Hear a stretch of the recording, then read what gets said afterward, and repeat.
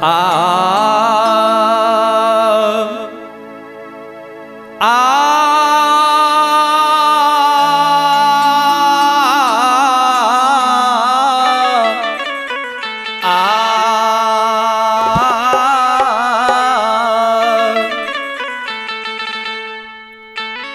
एक अबला सेवक माता गहिल भगवती के गोहबर में जाकर माई गहिल से कहिए, हे गे माई गहिल, गे माई गहिल मैया आगे लाले गो आगे बर में जय हो जय हो। गहिल मैया भावू रालब गेलो गे माई, गे माई गे गहिल माई, गहिल गे मैयो भावो रालो बद गेलो गे माई, गे माई गे माई पंथ चढ़े के मैया लाए छे परन मुना गे माई, गे माई पंथ चढ़े के मैया लाए छे परन मुना गे माई। लाले गो हार में गहिल मैया भाऊ रालू बैठ गेलै हे माँ।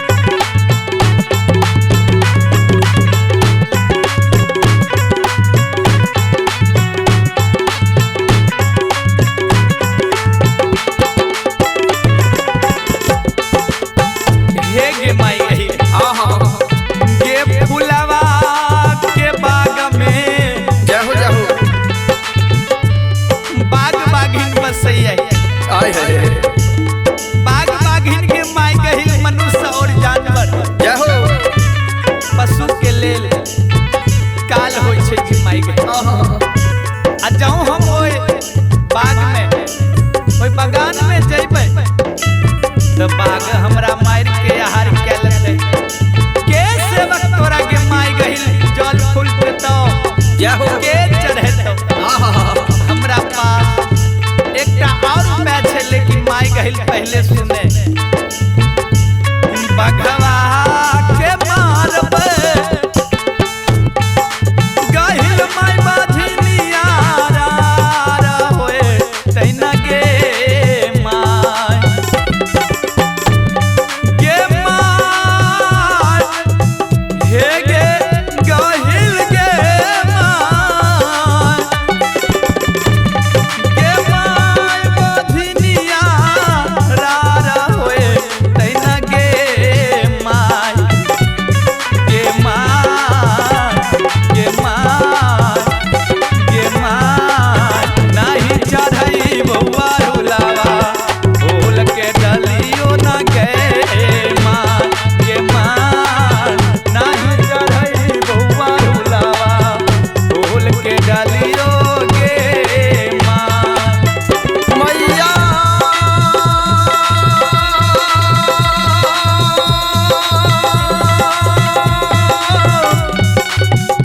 हे गहिला माई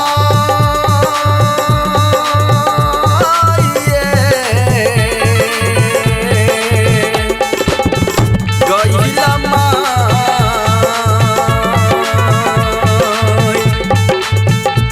भगवा के मारा में गहिल मैया नियारा रहई तई हे मां हलगी नियारा रहई तई हे मां हे माई नहीं चढ़ई माया रुलावा फूल के डालियो हे मां हे माई नहीं चढ़ई माया रुलावा फूल के डालियो हे मां गहिल माई के सेवक माता गहिल से कहे छे हे गे माई गहिल माई गही गे जाऊं हम बाघ के मार देबे फुलवारी के बाघ के जखने हम मार देबे गे माई गहिल बघिनिया रार भ जेते हे माई गही हमरा पर कलंक लाग जेते जे गहिल के सेवक आ एकटा बाघ के मार देल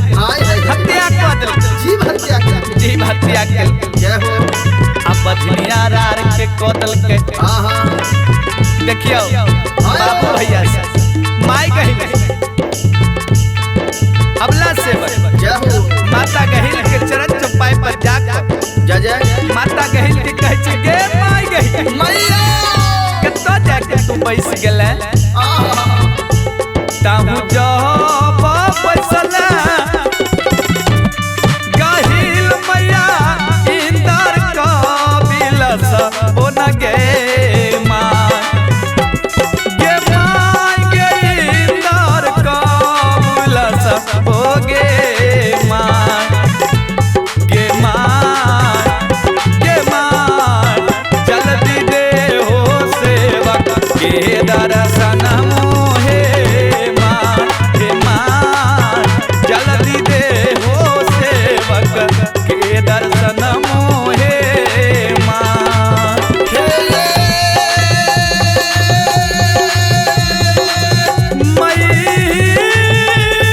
मैया हे गहिल माई मैया ये